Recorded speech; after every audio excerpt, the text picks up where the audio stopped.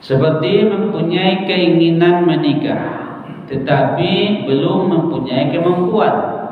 Ingin sudah tapi belum mampu, namanya makruh.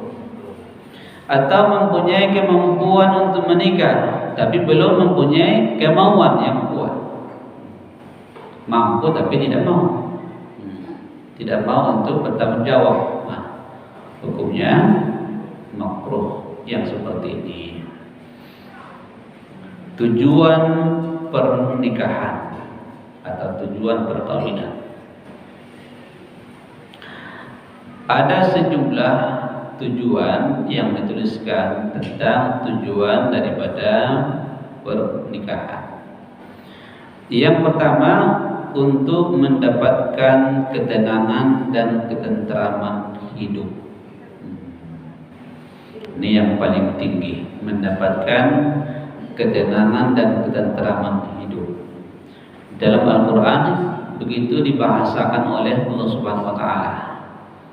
Wa min ayatihi an khalaqa lakum min anfusikum azwajan litaskunu ilaiha. Di antara tanda-tanda kekuasaannya bahwa Allah menciptakan bagi kamu istri dari pasangan dari dirimu sendiri. Litaskunu ilaiha, supaya kamu merasa tenang dan tenteram kepadanya. Nah, litaskunu dari kata taskunu inilah muncul kalimat sakana, sakinah. Sakinah itu tentram. Kata yang sama dari kata sakana itu sakan. Sakan itu artinya rumah. Nah, rumah itu diibaratkan bisa membuat kita tentram. Kalau kita capek di luar beraktivitas, pulang ke rumah bisa istirahat, bisa nyaman, bisa tentram. Rumah, sakan rumah. Sakinah, tentram. Orang yang punya istri, yang sudah punya pasangan hidup, kalau dia laki-laki punya istri, kalau dia perempuan punya suami, diharapkan dengan memiliki pasangan hidup itu akan muncul rasa tentram di hatinya, rasa ketenangan di hatinya, sehingga pikiran kita tidak lagi kemana-mana, fokus. Ya, kalau mencari rezeki, cari rezeki. Kalau kerja, kerja. Jadi orang yang hidupnya tidak tentram sementara dia sudah menikah, masih kemana-mana pikirannya, berarti tidak tercapai tujuan daripada pernikahan itu. Tujuan pernikahan itu adalah supaya kita punya rasa ketenangan, rasa ketenteraman, ketenteraman jiwa. Begitu Al-Quran membahasakan litaskunu ilaiha. Itulah yang biasa kita sebutkan dengan sakinah. Sakinah, mawaddah, warahmah. Ada yang mengartikan sakinah, mawaddah, warahmah itu punya istri 3. Yang pertama si sakinah, yang kedua si mawaddah, yang ketiga si rahmah, kan? Ya juga kan? Kalau kita laki-laki bisa aja kita terima itu kan, rasa tentram. Yang kedua dari tujuan pernikahan adalah melangsungkan keturunan, untuk melangsungkan keturunan supaya manusia ini tidak punah. Maka dari tujuan pernikahan yang kedua ini, dari sengaja sudah bisa kita analisa bahwa tujuan perkawinan yang sejenis pasti tercapai tujuan. Perkawinan yang sejenis, yang laki-laki dengan laki-laki, gimana akan mendapatkan keturunan? Yang perempuan ke perempuan, gimana akan mendapatkan keturunan? Tujuan pernikahan itu tidak akan tercapai. Dari sini aja bisa kita jawab, perkawinan yang sejenis itu tidak sesuai dengan tujuan daripada perkawinan. Di dalam Al-Quran, surah Al-Quran ayat 74, Allah Subhanahu wa Ta'ala berfirman, "Walladzina yaquluna rabbana hab lana min azwajina wa dzurriyyatina qurrata a'yun. Dan orang-orang yang berkata, ya Tuhan kami, karuniailah kami pasangan-pasangan atau istri-istri dan anak cucu yang menjadi penyejuk pandangan mata. Qurrata a'yun, penyejuk pandangan mata. Supaya kita punya pasangan hidup dan punya anak cucu yang menjadi penyejuk pandangan mata. Kalau kita pulang dari pekerjaan, dari sawah ladang, dari kantor, di kebun, pas kita sampai ke rumah kita disambut oleh anak cucu, anak kita. Kalau bapak-bapak yang sudah berumur punya cucu, hilang perasaan kita, rasa capek itu. Itulah yang namanya qurrata a'yun, penyejuk pandangan mata, penghilang rasa capek. Penyejuk pandangan mata. Kalau kita melihatnya, kita bertemu, hilang semua perasaan kita. Ayat ini bentuk pujian Allah Subhanahu wa taala kepada orang-orang yang menikah dan sudah memiliki punya keturunan. Dipuji Allah. Maka tujuan daripada pernikahan itu adalah untuk melangsungkan keturunan, mendapatkan keturunan. Maka oleh sebab itu ada hadis yang mengatakan perempuan yang bisa melahirkan anak walaupun dia berkulit hitam lebih afdal daripada perempuan yang cantik jelita tapi tidak bisa melahirkan anak. Begitu pentingnya keturunan itu. Rasulullah bersabda, "Sauda walud khairum min hasna la talid." Perempuan hitam yang bisa melahirkan anak itu lebih baik daripada perempuan cantik tapi mandul. Inni mukatsiru bikumul umam. Saya sangat bangga kalau umatku nanti banyak. Kata Nabi, saya bangga di hari kiamat kalau umatku banyak. Ini sebenarnya motivasi kita untuk mencetak anak banyak. Kalau buat bahasa mencetak betul tidak dalam pulkar kan kita banyak orang yang berprinsip anak itu kan cukup 2, cukup 3 gitu kan. Kalau salah punya anak banyak repot gitu kan. Sebenarnya punya anak banyak itu dibanggakan oleh Nabi. Kita punya anak banyak, Nabi bangga kepada kita, bangga kepada keluarga itu, karena dia itu akan memperbanyak umat Nabi nanti pada hari kiamat. Hatta bisikti yazillumu ala babil jannah, sampai-sampai kepada anak yang keguguran, dia nanti akan menunggu di pintu surga. Anak yang keguguran akan menunggu di pintu surga. Yuqal lahu udkhulul jannah.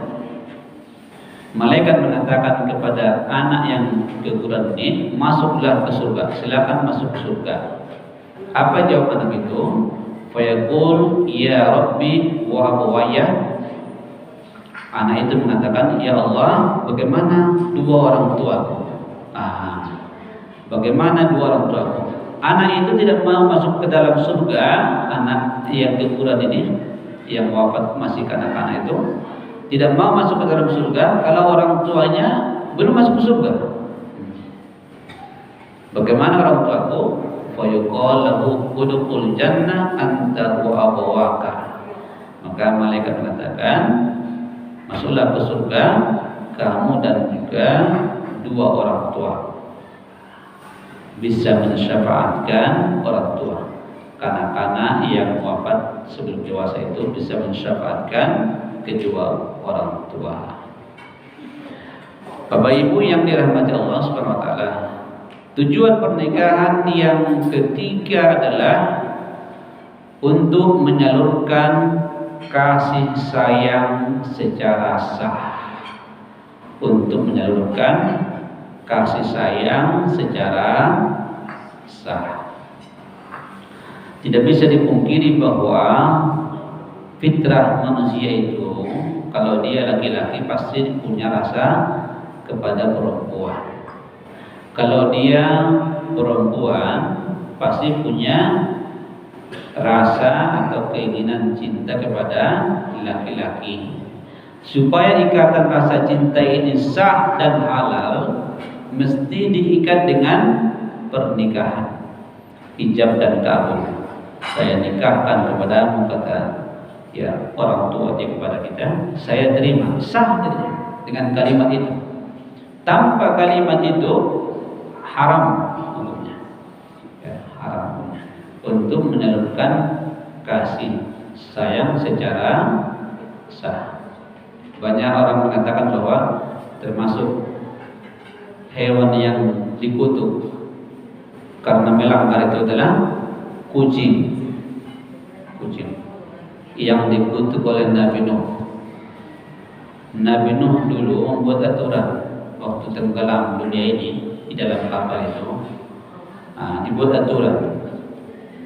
Karena kita ini belum tahu kapan mendaratnya, supaya kapalnya tidak semakin berat, maka mohon di antara ini semua yang hadir ini, baik manusia maupun hewan, untuk berpuasa zahir batin. Bagi yang punya pasangan, jangan dulu mendekati pasangannya.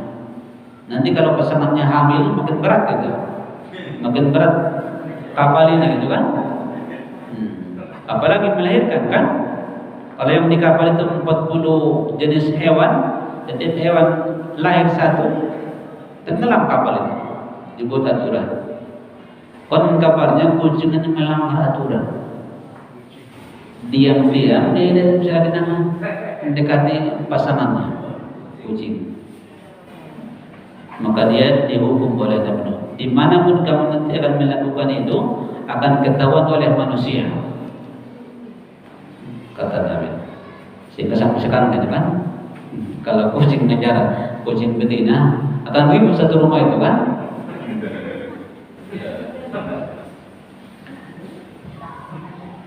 Bapak Ibu yang dirahmati Allah SWT, tujuan pernikahan yang ketiga adalah menyalurkan kasih sayang jaksa. Dalam Al-Quran Allah Subhanahu Wa Taala menyebutkan, "Hunna libasul lakum wa antum libasul lahunna." Mereka adalah pakaian bagimu dan kamu pun adalah pakaian bagi mereka. Istri pakaian bagi suami, suami bagaikan pakaian bagi istri. Begitu bahasa Al-Qurannya. Al-Quran ini menurut para ahli sastra bahasa Arab adalah bahasa yang paling tinggi. Dia kalimatnya pendek tapi maknanya sangat dalam. Istri itu bagaikan pakaian bagi suami, suami bagaikan pakaian bagi istri. Di dalam Al-Quran disebutkan tujuan daripada pakaian dalam Al-Quran, yang pertama adalah untuk memelihara kita, badan kita dari panas dan dingin. Taqikumul harra wa taqikum basar, untuk memelihara kita dari panas dan dingin dan dari hal-hal yang tidak diinginkan. Makanya kita berpakaian. Filosofi pakaian inilah yang dipakaikan dalam ayat ini. Suami pakaikan pakaian kepada istri, istri pakaian kepada suami. Artinya bahwa suami itu pelindung bagi istri, istri pelindung bagi suami. Ya, ibaratnya seperti pakaian ini melindungi kita dari panas dan dingin. Kalau di siang hari dari kepanasan, kalau di malam hari dari kedinginan. Gitulah mestinya suami itu melindungi istri dari hal-hal yang tidak diinginkan. maka sangat tidak terpuji dan tidak boleh dalam agama kalau fungsi ini terbalik. Mestinya kan suami melindungi istri, ya, mengayomi istri, melindungi istri dari segala hal yang tidak baik. Istri juga begitu. Maka tidak terpuji kalau umpamanya seorang pasangan itu menceritakan aib pasangannya, menceritakan aib pasangan. Apalagi lebih tidak terpuji lagi diceritakannya di medsos, di medsos, di media sosial, di Facebook, di Twitter, di WA, sehingga dibaca orang sedunia ini. Ceritakannya perilaku daripada istrinya atau perilaku daripada suaminya, mestinya tidak saling menutupi, saling melindungi, pakaian-pakaian melindungi kita dari panas dan dingin. Itu fungsi pakaian yang pertama, melindungi diri dari panas dan dingin. Yang kedua, fungsi pakaian itu dalam Al-Quran adalah yaitu untuk menutupi aib kita. Kenapa kita berpakaian? Supaya tertutupi aib kita, tidak terlihat,